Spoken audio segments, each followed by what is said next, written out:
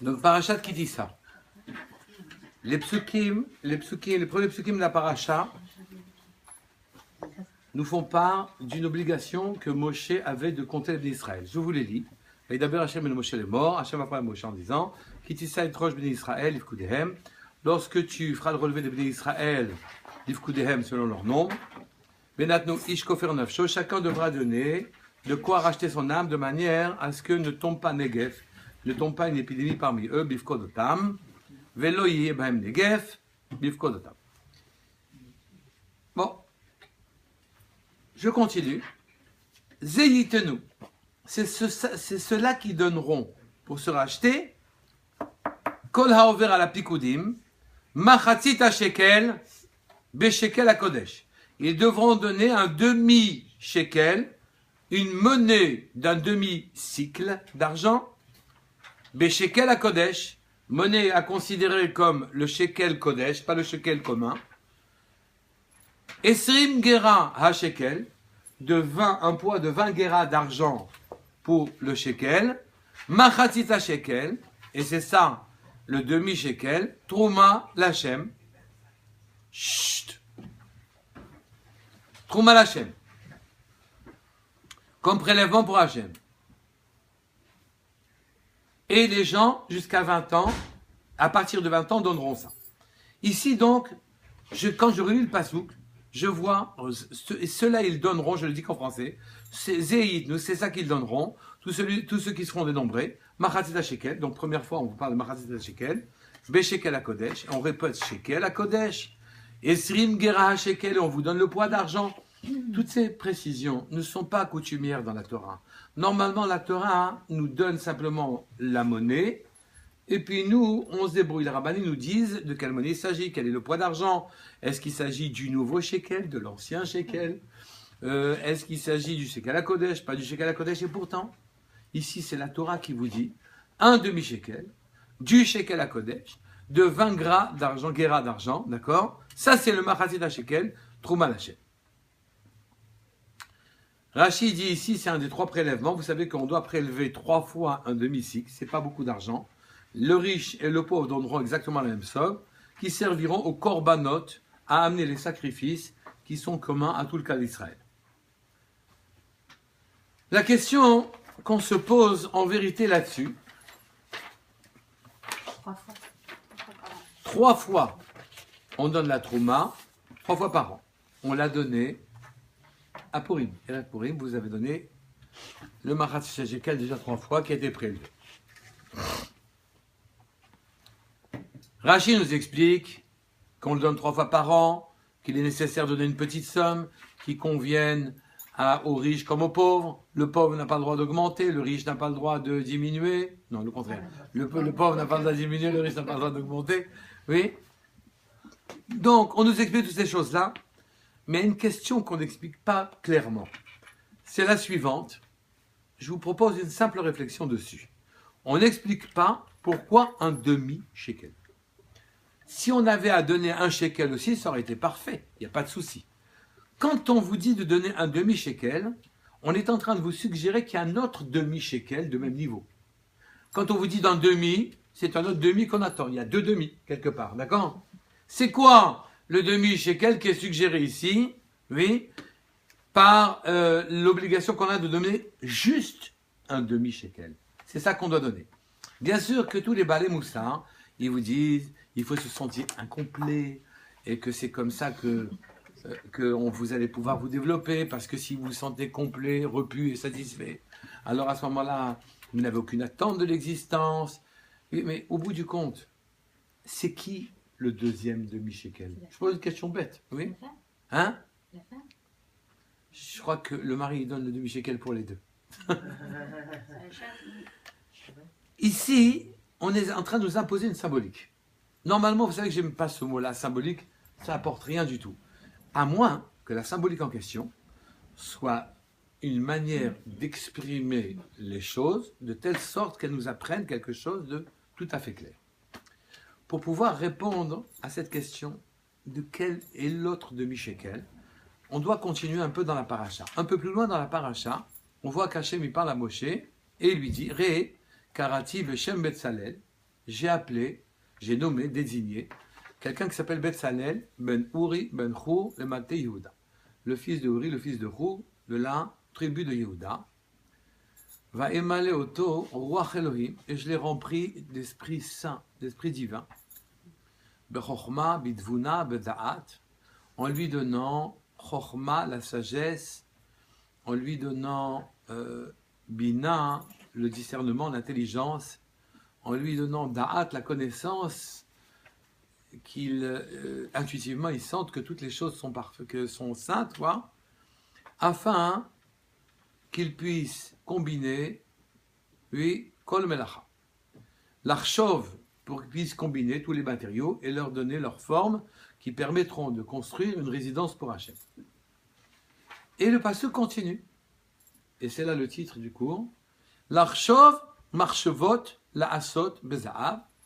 De penser littéralement, l'archov de penser, marchevot, des pensées, la asot pour faire. Et qu'est-ce que vous voulez penser d'autre que des pensées? D'accord? De penser des pensées pour faire, il y a un mot de trop. Oui, il fallait penser pour faire.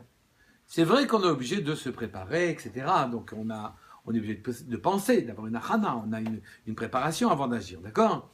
Mais de penser des pensées pour faire, en principe, on n'a pas d'autre moyen que de penser des pensées, d'accord? Rashi vient sans la difficulté et il dit, en vérité, le marchevot veut dire aussi maaseh cheshev, un travail de tissage. Et donc, il est en train de nous dire qu'on apprenne à tisser, etc. Donc, il a détourné la question et il a laissé ce pasouk en le sortant d'un sens immédiat, je ne dis pas littéral, parce que lui aussi, il a donné un sens littéral. Puisque maaseh cheshev, c'est un travail de tissage. C'est comme ça qu'on dit, oui. Mais on ne peut pas s'empêcher de lire l'archov, marchevot, la asot. On ne peut pas s'empêcher de lire. Oui, je vous lis le pasouk. C'est l'archov, marchevot, la asot, bazaav. Pensez du tissage avec des fils d'or, d'argent, des rochettes de cuivre, etc. Et ensuite, il donne tous les travaux. Donc, ici, l'archov, penser, ne veut pas dire penser, veut dire tisser. Bon, c'est très opportunément, Rashi a donné un sens littéral parfait, et donc on est obligé d'accepter qu'ici c'est un travail de tissage, oui. Mais vient le Sfat Emet et il dit je ne veux pas sortir du sens immédiat. Je ne veux pas sortir du sens littéral immédiat, d'accord? Quand on vous dit que la pensée, il vous dit l'archov, marchavot, la asot, je traduis l'archov, pensée, marchavot, des pensées, la asot pour faire. Si j'entends littéralement ce qu'on me propose ici, c'est que ce sont les pensées qui font. Puisque l'archov, pensée, marchevot, la asot, des pensées pour faire, je comprends que ce sont les pensées qui font quelque chose. D'accord? Clair? L'archov, marchevot, d'accord? Donc la pensée de l'homme, quand il est comme Betzalel, oui, alors pourrait très tranquillement changer la réalité. C'est ce que dit littéralement le Sfat Emet. Il dit, si vous voulez changer la réalité, alors maintenant, on va faire un décryptage du fonctionnement. Vous pouvez, par vos pensées, changer jusqu'à la réalité. D'accord? Et c'est pas que vous manipuliez la réalité dans ces matériaux en découvrant leurs propriétés ignorées, ou en manipulant ou en combinant les choses de manière différente dans la pratique de la réalisation. Pas du tout. C'est marqué l'archov, marchevot, la asot. Vous pouvez fabriquer de la réalité d'après ce texte-là avec vos pensées. D'abord, qui c'était Betzalel? C'est à propos de Betzalel que ce passage est appliqué. Donc c'est Betzalel qui chochev marchavot, la asot, qui pense des pensées pour faire. D'accord? Tout d'abord, qui est Betzalel? Betzalel, c'est l'homme complet. C'est l'homme d'Hachem. D'accord? Lui, il connaît l'intention d'Hachem qui est cachée derrière tous les matériaux qu'il y a sur Terre. Vous devriez vous poser, effectivement, nous, on ne se pose pas cette question-là. On regarde les choses de manière plate et horizontale. On se dit, il y a une montagne, il y a de la mer, il y a de l'eau, il y a des solides, des liquides, du bois, etc. Chacun de ces matériaux a des propriétés, et les ingénieurs, ils viennent et ils vous disent qu'est-ce qu'on fait avec ci, qu'est-ce qu'on fait avec ça. Les chimistes, ils vous ajoutent qu'est-ce qu'on fait avec ci, qu'est-ce qu'on fait avec ça, et ainsi de suite. D'accord? Donc, Bezalel, il vient, mais la question de se poser, pourquoi ce matériau à l'exclusion d'un autre? Qu'est-ce qu'il a de particulier? Pourquoi le bois et ses propriétés? Pourquoi le fer et ses propriétés? Pourquoi la chair et ses propriétés?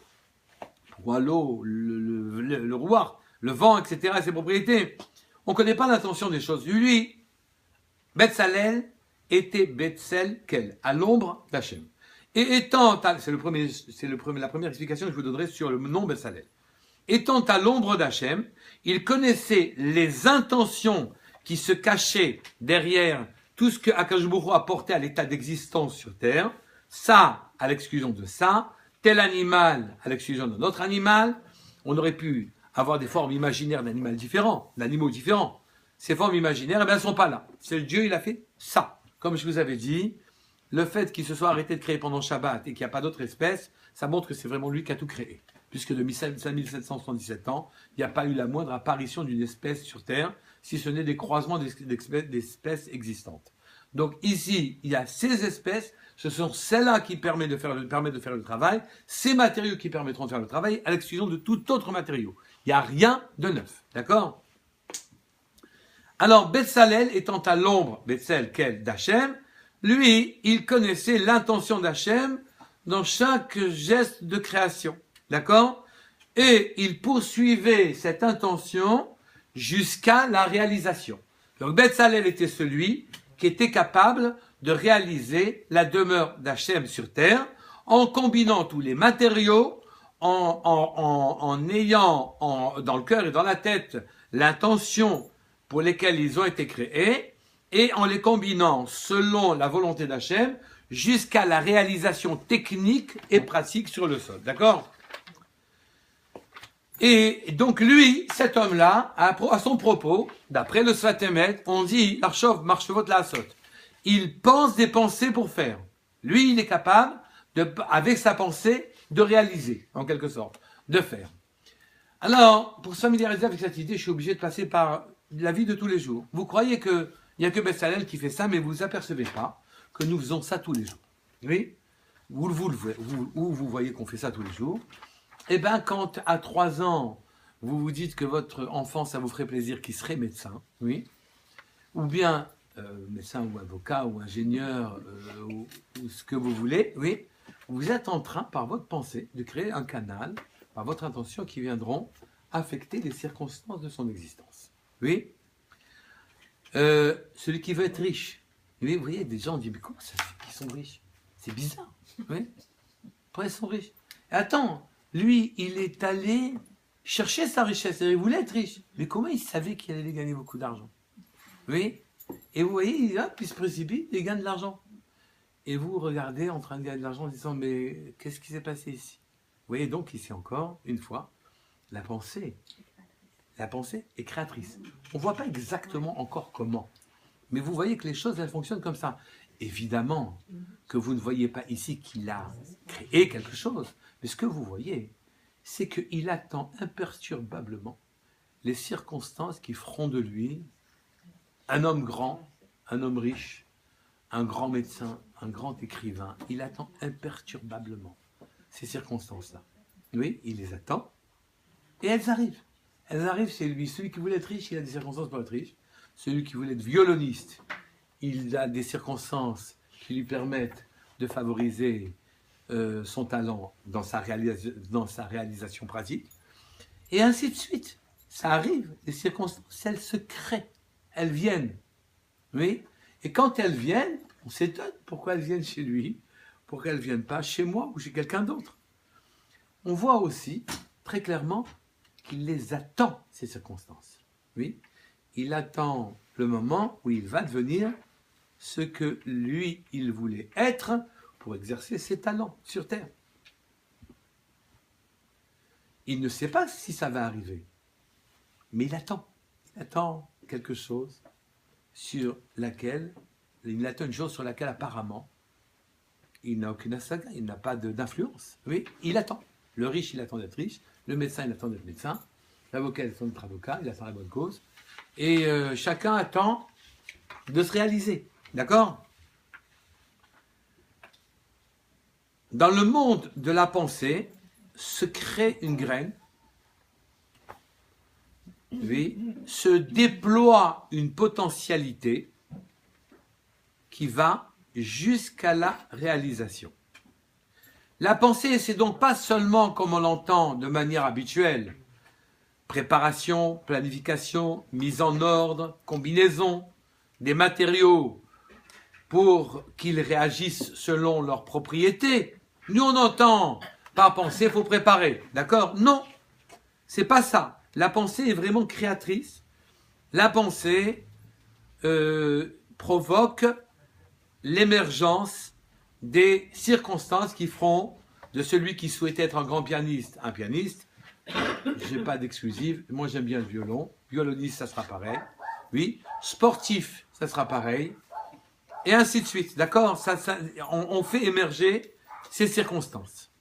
Et à ce moment-là, on se voit en train d'appliquer notre talent. Donc, notre imagination, notre pensée, elle-même, elle est créatrice.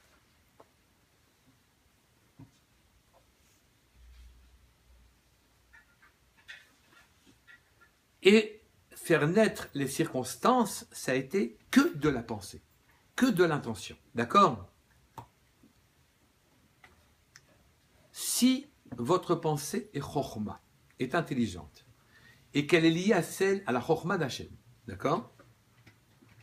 Et que votre main agit dans l'intention de convenir à ce qu'Hachem veut, à ce moment-là, vous aurez sur terre la réalisation de ce que Hachem souhaite.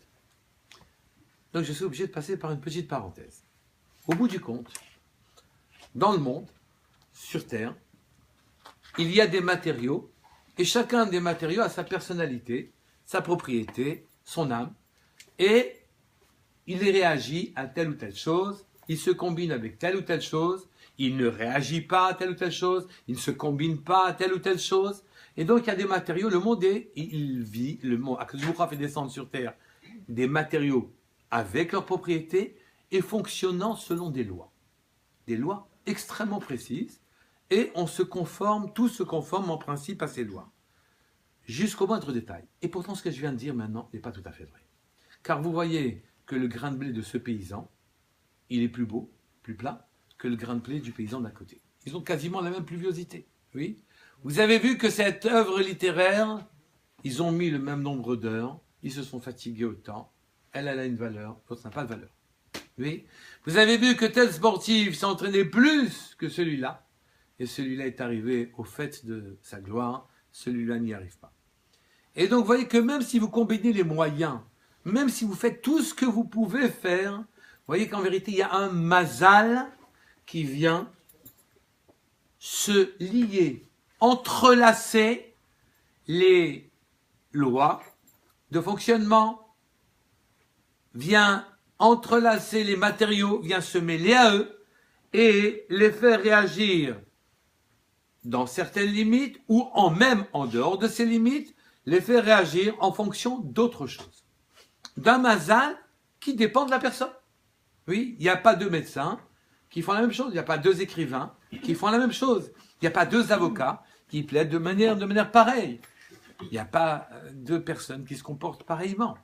Et donc vous voyez que bien que la matière ait ses propriétés et ses lois de fonctionnement, c'est pas pour autant qu'il y en a un qui deviendra riche et que l'autre le sera aussi. Ça ne fonctionne pas de manière très claire. En tout cas, vous voyez que par vos pensées, vous, intuitivement, vous acceptez l'idée que vous pouvez, bien que les lois de fonctionnement soient claires, finalement, les aménager à votre sauce. Donc, on m'a reproché de ne pas être pratique, je vous suis très pratique maintenant. Caractérisez vos pensées, évidemment. Puisque vous savez maintenant qu'avec vos pensées, vous fabriquez des circonstances, autant tant qu'à faire, fabriquez-les correctement. Ne fabriquez pas des queues de circonstances, ne fabriquez pas des demi-circonstances, fabriquez des circonstances complètes, d'accord? En fait, vous comprenez que l'équilibre est complexe. Il y a le monde et son fonctionnement tel qu'Hachem l'a mis. C'est comme un décor un peu neutre, oui. Et dans ce décor un peu neutre, vos intentions, vos pensées, vos ambitions, votre manière de voir les choses va influencer, vous avez un libre arbitre qui va jouer jusque dans la matérialité. En fait, le Sfat Emet cite un Zohar sur la paracha, que je vous ai annexé, et qui dit la chose de manière imagée. Il cite Rabbi Shimon Bar Yochai, qui dit, regardez, tout ce qui est existant sur Terre a forcément un grain divin, a quelque chose de divin. Sinon, il ne serait pas porté à l'état d'existence. Je parle même du gravillon, dans le bas de l'échelle, et je remonte jusqu'aux malachim ou jusqu'aux anges. Ils ont tous quelque chose de divin. Donc, ils sont tous caractérisés par une force divine en eux, qui les a portés à l'état d'être existants, ou bien à l'état d'exister. D'accord ? Et dans ce monde que Dieu a créé, vous avez un décor neutre qui attend le mazal de l'homme pour fonctionner. D'accord ? Et le Rabbi Shimon Bar Yochai explique les choses de la manière suivante. Puisque tout ce qui est sur terre a un côté divin, sinon il n'aurait pas été porté à l'état d'existence, alors le nom divin est dans chaque chose. Le Yud, plus loin He, plus loin Va, plus loin He, est dans chaque chose. Ça, j'aurais voulu avoir le tableau, c'est dommage. Et le Rabbi Shimon regarde les deux He comme les plateaux d'une balance. Et le bâton, ça s'appelle le fléau, non, dans une balance, non ? Oui. Et le bâton, c'est le Vav entre les deux He. Et le bâton est là pour équilibrer les plateaux. Les plateaux sont appelés kaf, pomme. Oui. Dans la pomme, il y a 5 doigts. Les 5 doigts, c'est un He. Il y a un He à droite, un He à gauche. Le He de gauche, le dernier He, c'est notre monde à nous. Le He de droite, c'est le monde d'en haut, tel qu'il est conçu. Et le plateau vient, enfin le bâton, le fléau vient équilibrer les deux plateaux avec le Yud qui est la potentialité initiale qui vient équilibrer le tout. Donc vous voyez que la constitution de notre monde, c'est quelque chose d'extrêmement équilibré, mais qui tient compte d'énormément de choses. Il y a le côté totalement neutre, le monde d'en haut et son fonctionnement. Plateau du He de droite. Le monde d'en bas et son fonctionnement. Plateau du He de gauche.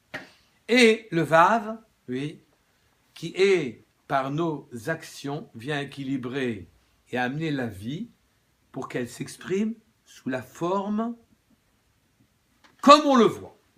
Vous avez intérêt à voir correctement les choses. Le Yud, c'est la vitalité initiale, c'est la potentialité. Je répète, tout est comme une balance. Dans tout, il y a cette balance. Vous voulez une fenêtre pour ça ? On peut montrer ? Ouais, regardez.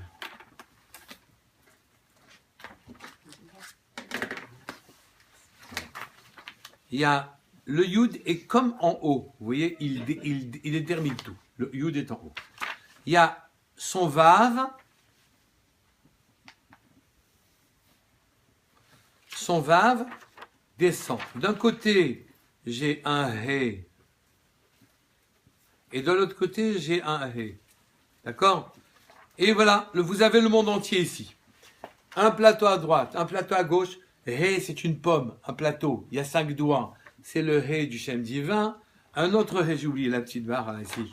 Un autre He du Shem divin. Ici, c'est le monde d'en bas. Ici, c'est le monde d'en haut. Ici, c'est la potentialité qui dirige et domine tout. La potentialité, c'est un point. Un point, c'est pas exprimé. Il s'exprime dans le Vav qui descend et dans les deux plateaux He qui l'accueillent. Et donc, vous avez un fonctionnement, je reviens. Vous avez un fonctionnement neutre. Vous avez un fonctionnement neutre. C'est-à-dire qu'Hachem a fait un monde qui fonctionne normalement. Et il attend que vous interveniez, que vous pensiez, que vous vous caractérisiez, que vous ayez une vision de ce monde, et ça va jouer dans ce qui va se passer sur Terre. Mais ça va jouer de manière équilibrée. Vous ne pourrez pas déséquilibrer le fonctionnement d'en bas, vous ne pourrez pas déséquilibrer le fonctionnement d'en haut, mais tout va trouver sa place de manière équilibrée. Est-ce que le Yud est aussi Israël ? Bien sûr que le Yud est Israël. D'accord, oui. Donc, c'est une symbolique. Le Yud est en haut oui, et le Yud va s'exprimer dans cette balance. Et cette balance, c'est l'équilibre général du monde entier. Tout ce qui est pensée, tout ce qui est, je répète, tout ce qui est pensée, tout ce qui est action, tout ce qui est réalisation concrète, tout ce qui est matériau reçoit une vitalité qui lui permet d'exister. Cette vitalité, elle s'exprime par le Shem, Yud, plus loin He, plus loin Va, plus loin He. Rabbi Shimon, il dit que c'est une balance avec son fléau.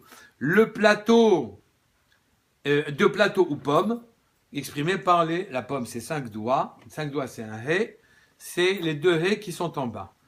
Et le Vav, entre les deux plateaux, c'est le bâton qui équilibre la totalité du monde d'en haut et du monde d'en bas. D'accord? Le Yud, lui, il est la potentialité qui offre la vie à toutes ces choses-là. L'idée à partir de laquelle le monde va être créé. Le monde s'habille dans une balance. Au moins, c'est équilibré. D'accord? S'habille dans une balance. Et donc, l'équilibre de cette balance va se faire. Les deux plateaux ont une charge différente. C'est le monde d'en haut, le monde d'en bas. D'accord?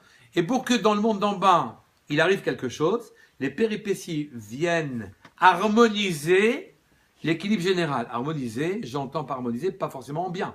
Ça s'harmonise comme ça peut. D'accord?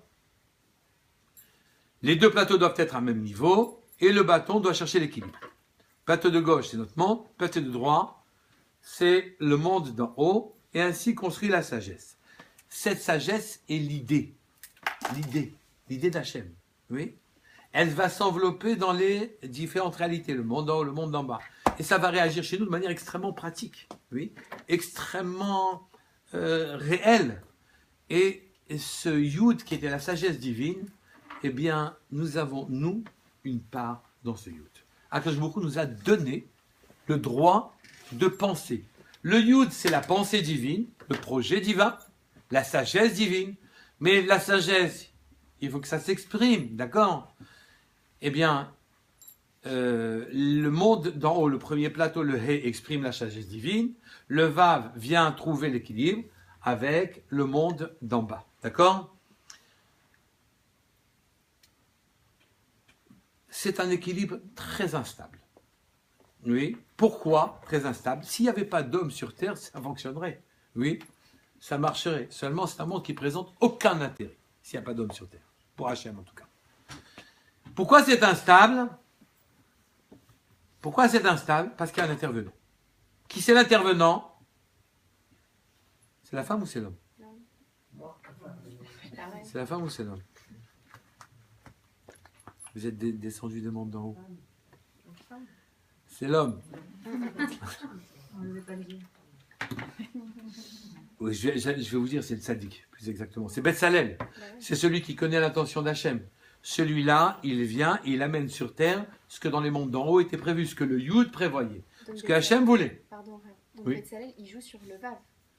Donc Betsalel, il joue sur le Vav, mais il connaît le Yud. D'accord. Et donc il tire le Yud, il le tire, il le tire, il le tire, il le tire, il le tire, il le tire, il le tire, ça devient un Vav. Ça devient un Vav. Quand on tire la queue du Yud, le petit point du bas du Yud, il devient un Vav, non? Donc le tzaddik, c'est lui, le lien entre les mondes, c'est lui dont la pensée est influente. La manière qu'il a de voir les choses viendra offrir une réalité conforme à sa vision. Attention, conforme à sa vision. C'est-à-dire que c'est la manière dont vous voyez le monde qui fait le monde en question. Conforme à sa vision. Sa pensée est influente. Elle va façonner la réalité.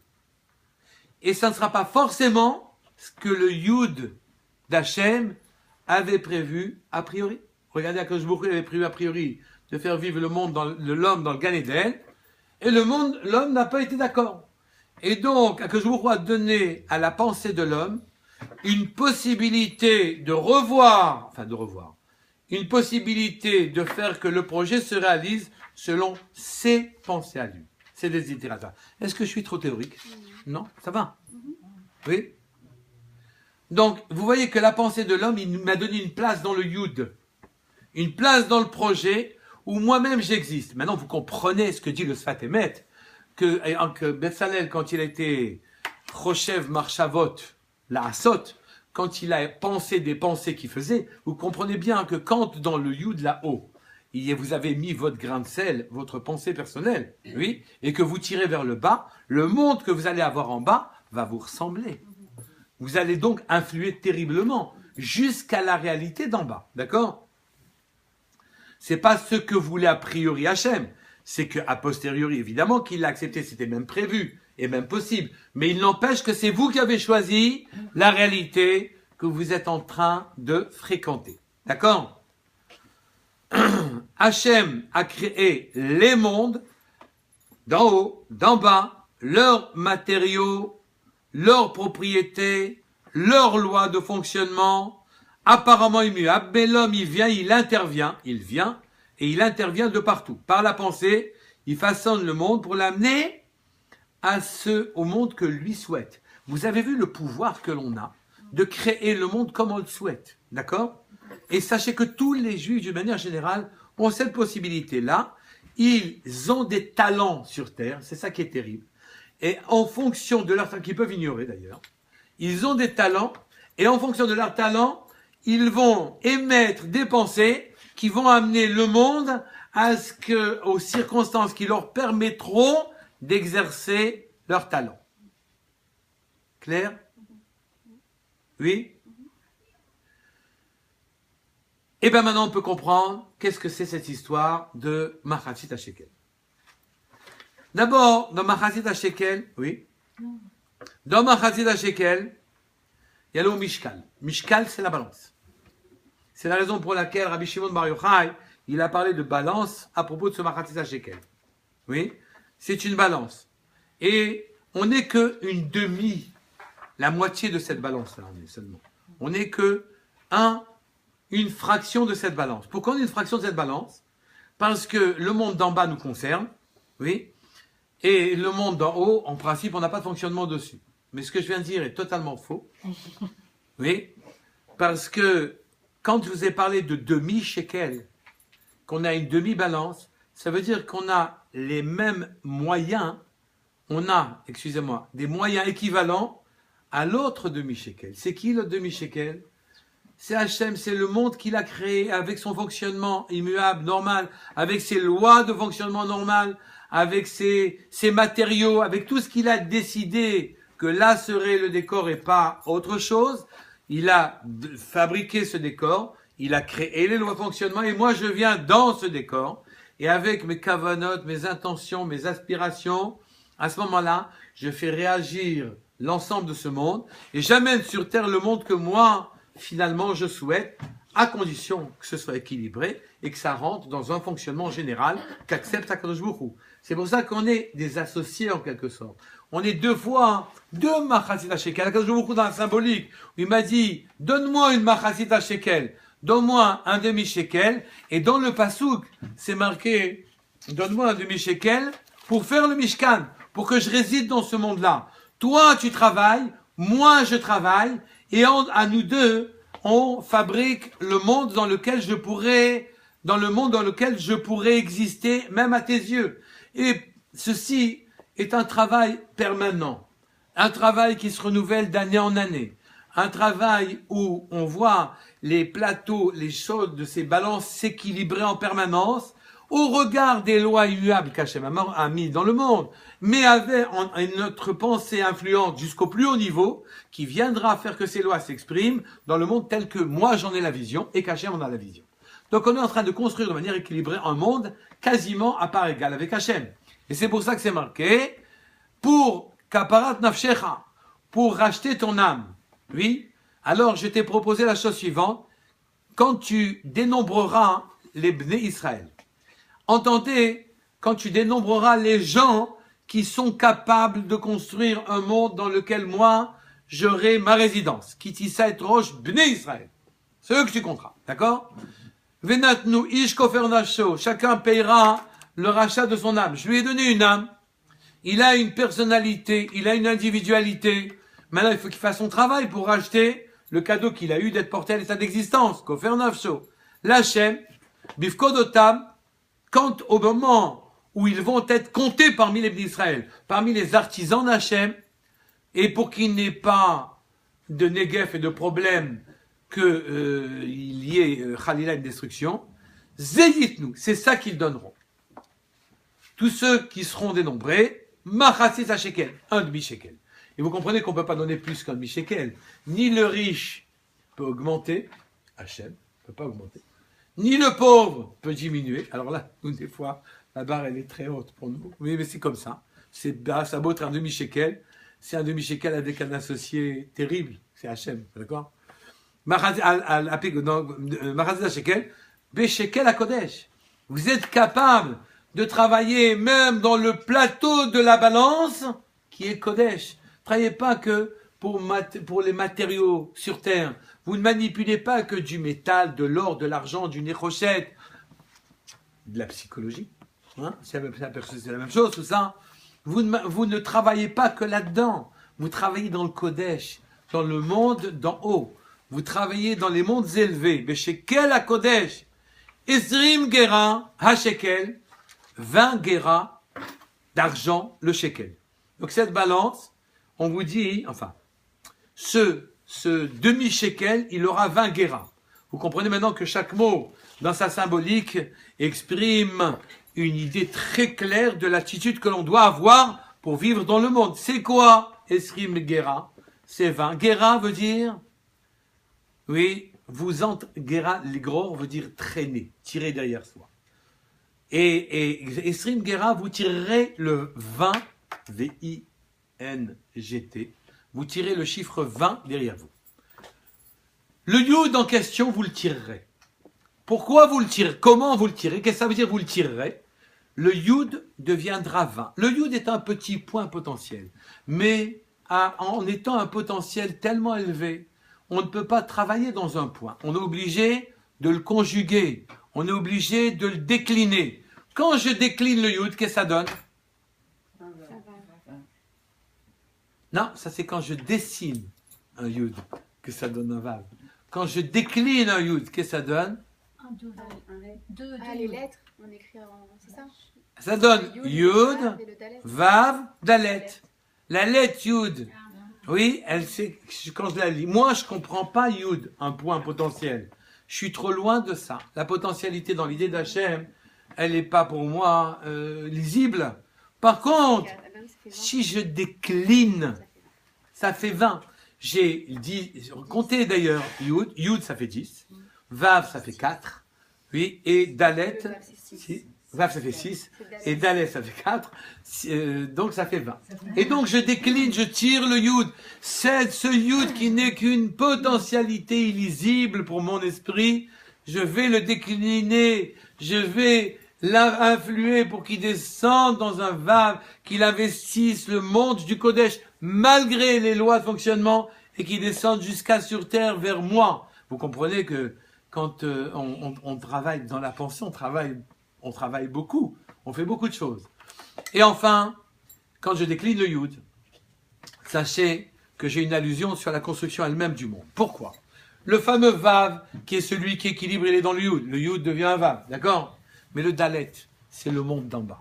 Toujours on désigne le Dalet par le monde d'en bas. Pourquoi? Parce que c'est le monde qui est pauvre. Oui. Pourquoi c'est un monde pauvre? D'abord parce que tout le monde se plaint. Oui.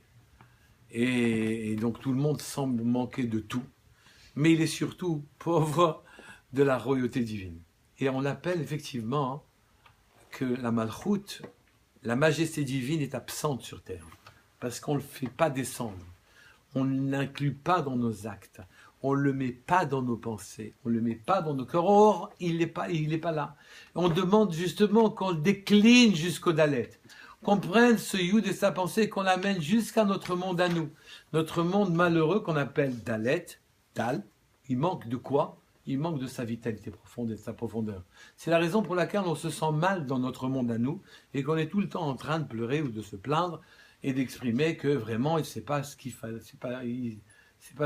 qu'il y ait, quoi. Et c'est pour ça que ce Yud, quand je le décline, m'amène la potentialité, le petit Yud, le petit point, me l'amène jusqu'à la terre chez nous, par le seul fait que j'ai les kavanotes qui soient correctes. Alors, je vous tranquillise et je vous détranquillise en même temps. Il n'y a pas que Beth Salem qui peut arriver à ça. En fait, vous le faites tous. Tout le monde le fait. Oui. On ne veut pas assumer simplement qu'on soit responsable des circonstances qu'on attire sur nous. On n'assume pas. On dit non. Moi, j'ai juste bougé le bois, le fer, j'ai donné de l'argent, j'ai travaillé. Moi, j'ai rien fait. Oui. On ne veut pas accepter qu'on participe au projet divin d'en haut. On n'assume pas cette responsabilité. D'accord ? Et donc, on fait descendre n'importe quoi. Donc, autant être caractérisé, clairement. Je ne le dis pas pour vous, je dis pour moi. Comme ça, n'ayez pas de... Il faut être caractérisé dans ses intentions, accepter sa responsabilité. De toute façon, il n'y échappe pas. Sa responsabilisation. C'est marqué Kofer Nacho, le rachat de sa propre âme. Ouais, mais ça, c'est fou. Quoi ? C'est-à-dire, c'est pas un cadeau, quoi. Mais si, tu peux te racheter toi-même. Quoi ? Si tu peux C'est pas pas racheter, mais il n'y a pas tu plus cadeau que ça. C'est pas un cadeau. C'est le contraire. Un cadeau, on rachète pas. Mais si. Mais vous avez reçu. J'ai compris ce que vous avez dit. Je comprends, mais c'est-à-dire que... Bon, c'est un contrat, quoi. Ben oui, c'est un contrat. Oui, d'accord. Ben, tout est un contrat. Ouais. Vous vous mariez, c'est un cadeau. Oui. Mais c'est pas la même chose. Bien sûr, c'est un cadeau. Ça empêche l'obligation. Vous recevez un bracelet, c'est un cadeau? Oui. Non. Vous êtes obligé d'avoir l'attitude qui va avec. Ah, ça, c'est en amont. C'est pas la même chose. Si c'est en amont, c'est que la pensée Elle est belle, fait. celle-là. Si c'est en amont, ça veut dire que la pensée a fait qu'elle a reçu ça. Ah, ouais, c'est ça, C'est en fait. encore mieux. Donc vous voyez ici que le Esrim Gera, même les mots Esrim Gera, les 20 grammes d'argent, oui, les 20 Gera d'argent, oui, que représentait la pièce, si la Torah l'a marqué, c'est qu'elle voulait vous signifier par là que vous devez comprendre que vous déclinez toutes les situations. Ça m'a fait penser à un Teilim que tout le monde connaît, et qui dit que Hachem, il est Ketzilcha al Yad Emincha. Il est comme une ombre à ta main droite. D'accord? À ta main. Il est comme une ombre à ta main. Hachem, il est comme l'ombre de ta main. La main, l'ombre ressemble à la main. Elle amplifie le mouvement, mais c'est la main qui agit. Mais par contre, Hachem épouse ton mouvement totalement et accepte tout ce que tu fais. Il est comme une ombre à ta main. C'est toi qui agis. C'est toi qui es un demi-shekel, comme lui. Il a amené un monde qui est l'autre demi-shekel. Il n'est que l'ombre à ta main. Il donne à tes gestes matériels, à tes gestes d'en bas. Il leur donne une dimension divine qui fait monter ton demi-shekel au même niveau que le demi-shekel, l'autre plateau de la balance en question.